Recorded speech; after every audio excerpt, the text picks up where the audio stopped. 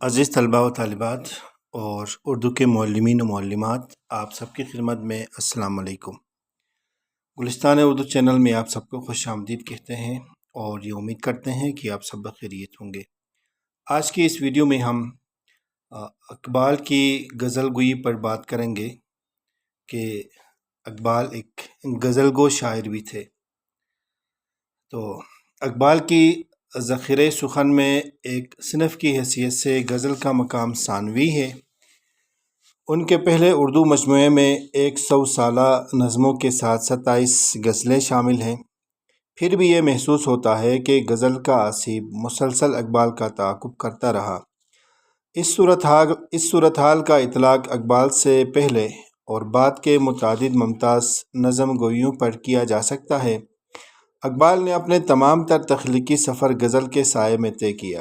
یوں ابتدائی دور کی نظموں اور غزلوں پر بیک وقت نگاہ ڈالی جائے تو اندازہ ہوتا ہے کہ غزلوں میں تقلید کا رنگ عیب کی حد تک نمایاں ہے، جبکہ نظمیں اقبال کی اخلاقی اور فنکارانہ انفرادیت کا ایک واضح نقش ابھارتی ہیں اور ان کے بنیادی شاعرانہ جوہر کا پتہ دیتی ہیں۔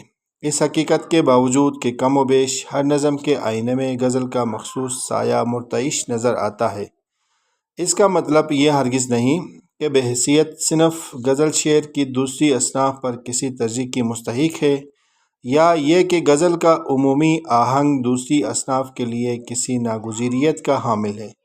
البتہ یہ ضرور ہے کہ غزل کے معاشرتی حوالے نے اسے ہماری زندگی اور اردو کی شعری روایت میں جو جگہ دی تھی، اس کا نتیجہ یہ ہوا کہ غزل کے طلسم شعوری گریز کی کوششوں کے بعد اکثر نظم گو خود کو اس سے محفوظ نہ رکھ سکے۔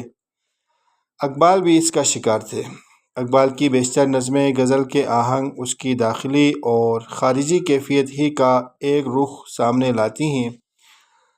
عام غزل گو شعراء کے برعکس اقبال نہ تو ریزہ خیال تھے، نہ محض مستعار تجربوں پر قانی۔ وہ اپنی تمام تر پیشروؤں اور عاصرین سے زیادہ باخبر ذہن رکھتے تھے اور ان سب سے زیادہ مسلسل اور مربوط طریقے سے سوچ سکتے تھے کہ ایک مرتبہ ایک مرتب نظام اقدار اور اسلوب زیست میں ان کا یقین تھا۔ موت اور زندگی اور زمانے کے الجھے ہوئے مسائل پر سوچتے رہنا ان کا مشغلہ بھی تھا، اور ایک ضابطۂ ریاضت اور تربیت کا بر بھی۔ اپنی تخلیقی استعداد پر انہوں نے جو تہذیبی اور سماجی ذمہ داریاں عائد کر لی تھیں، اس کے پیش نظر ان کی فکر کا ایک فلسفیانہ ترتیب پایا جانا فطری تھا۔ ہر اچھے شاعر کی طرح اقبال کی حیثیت دہیان کی آتی جاتی لہروں کے ساتھ پیچیدہ اور گاہے متضاد سمتوں میں بھی سفر کرتی ہیں۔ پھر مزاج کی نوعیت کے اعتبار سے وہ کتنے ہی شگفتہ رہے ہوں گے۔ شاعری میں اپنے نصب العین کے دباؤ اور شدید یا شاید جرمن اثبات پسندوں سے متاثر ہونے کی وجہ سے وہ مبالغہ آمیز حد تک سنجیدہ تھے اور ان کا احساس گمبھیر مقاصد سے گراں بار تھا۔ اس لیے ابتدائی دور میں اکبر سے متاثر ہونے کے باوجود ان کی ذہانت خوش طبعی کے باب میں اکبر کے ایک خام تتبع سے آگے نہیں جاتی۔ ان کے مزاج کی حس بالعموم سنجیدگی سے بوجھل دکھائی دیتی ہے۔ اردو میں اقبال کی تخلیقی زرخیزی کے اہم ترین دور کا اشاریہ بال جبریل ہے۔ یہ بات محض اتفاقی نہیں کہ اسی دور میں انہوں نے سب سے زیادہ غزلیں کہیں۔ مسلسل غزلوں کی ترکیب پر مشتمل نظموں سے قطع نظر اس مجموعے میں صرف غزلوں کی تعداد 77 ہیں۔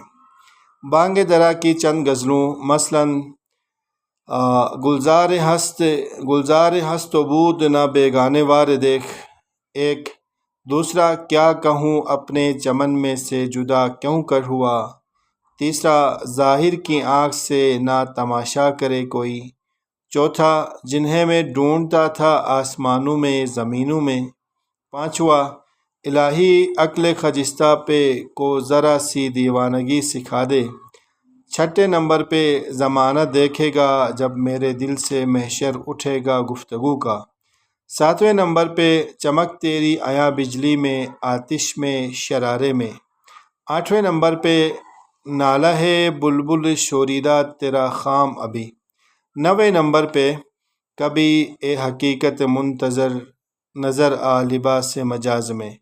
10ویں نمبر پہ گرچہ تو زندانی اسباب ہے۔ ان میں اقبال نے غزل کے جس نئے ذائقے کا احساس دلایا تھا، بال جبریل کی غزلوں تک پہنچتے پہنچتے وہ ایک واضح شکل اختیار کر لیتا ہے۔ چنانچہ اس دور کی غزلیں اکثر ان کی نظم کے مزاج سے قریب ہیں۔ یہ دور اقبال کے فکری اور تخلیقی بلوغ کا دور ہے کہ اب اقبال اپنی ادبی روایت کے امکانات کی تسخیر کے بعد بذات خود شعر کی نئی روایت کا سرچشمہ بن چکے ہیں۔ بال جبریل میں اکثر غیر مردف غزلوں کی تالیف تھی۔ اب اقبال کی غزل اس مفکرانہ آہنگ کو دریافت کر چکی تھی جس نے اپنی روایات کو ایک نئے موڑ تک پہنچایا۔ بال جبریل کی غزلوں پر مکالمے یا خود کلامی کا رنگ غالب ہے۔ نتیجتاً اب ان کی غزل ڈرامے یا کہانی کی فضا کو اسیر کرتی دکھائی دیتی ہے۔ اپنے 3 اشعار میں اقبال نے شعور کے نفسیاتی مراحل کا تعین اس طور پر کیا تھا کہ شاہد اول شعور خویشتن، خویش را دیدن بنور خویشتن، شاہد ثانی شعور دیگر، خویش را دیدن بنور دیگر، شاہد ثالث شعور ذات حق، خویش را دیدن بنور ذات حق۔ بال جبریل کی غزلوں میں وہ ان 3 مراحل سے گزرتے ہیں۔ استعاروں سے زیادہ وہ مجردات سے کام لیتے ہیں اور استعارے دریافت کرتے ہیں، تو اس طرح ان کی نوعیت شناختی نشانات کی ہوتی ہے جن کی حدود کا تعین مشکل نہیں، لیکن اقبال اپنے مکالماتی انداز کے ذریعے جس کا دوسرا سرا کبھی خود اپنے باطن سے جا ملتا ہے، کبھی غیر خدا سے اور کبھی خدا سے، مجرد و فکر کے پھیکے پن کے باوجود ایک تمثیل کا تاثر خلق کرتا ہے۔ اس طرح ان کا تخیل استعارے سے عاری فضا کو بھی ایک مشہور موجود منظر کا رنگ بخشتا ہے اور ایک بظاہر منطقی اور فکری سرگرمی کے حیرت کدے کا وقوع بنا دیتا ہے۔ بادی النظر میں معنی کی ایک محدود اور واحد المرکز سطح رکھنے کے باوجود یہ طریقہ کار ان کے خیال کو محض معنی کے فیصلوں کا پابند نہیں ہونے دیتا۔ معینہ افکار کے پیر تسمہ سے اقبال کی تخلیقی شخصیت کو اس طریقہ کار نے بھی بچایا اور ان کے تفکر کو اسرار یا رمز کی پیچیدگی سے ہمکنار کیا۔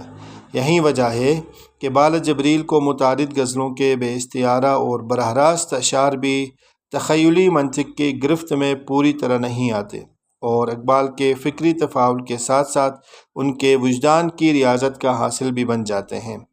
شعر بننے کے بعد اقبال کے افکار ان کے تخیلی مسائل میں اس طرح گل مل جاتے ہیں کہ ان افکار کا رسمی شعور رکھنے والوں کے لیے بعض اوقات انہیں فکری حقیقت کے طور پر قبول کرنا یا ان کے تضادات کے معمے کو حل کرنا خاصا دشوار ہو جاتا ہے۔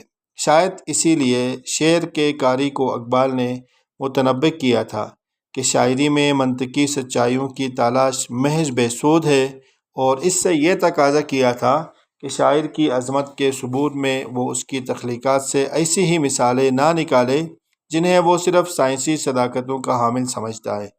ان الفاظ میں کہ فن ایک مقدس فریب ہے، یا یہ کہ ایک ریاضی داں مجبور ہے مگر شاعر ایک ہی مصرع میں لامتناہیت کو مقید کر سکتا ہے، اقبال نے شعر کی اس حقیقت کی جانب اشارہ کیا ہے۔ اقبال کی غزل کا ایک اور اہم پہلو یہ ہے کہ اپنی پختگی کے موڑ پر اس نے ایک نئے لسانی تجربے کی حیثیت اختیار کر لی۔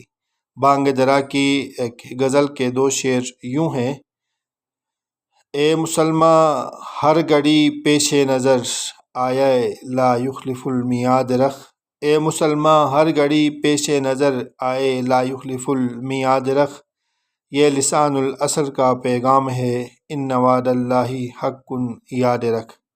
عزیز طلباء و طالبات اور اردو کے معلمین و معلمات، آج کی اس ویڈیو میں ہم نے اقبال کی غزل گوئی پر بحث کی۔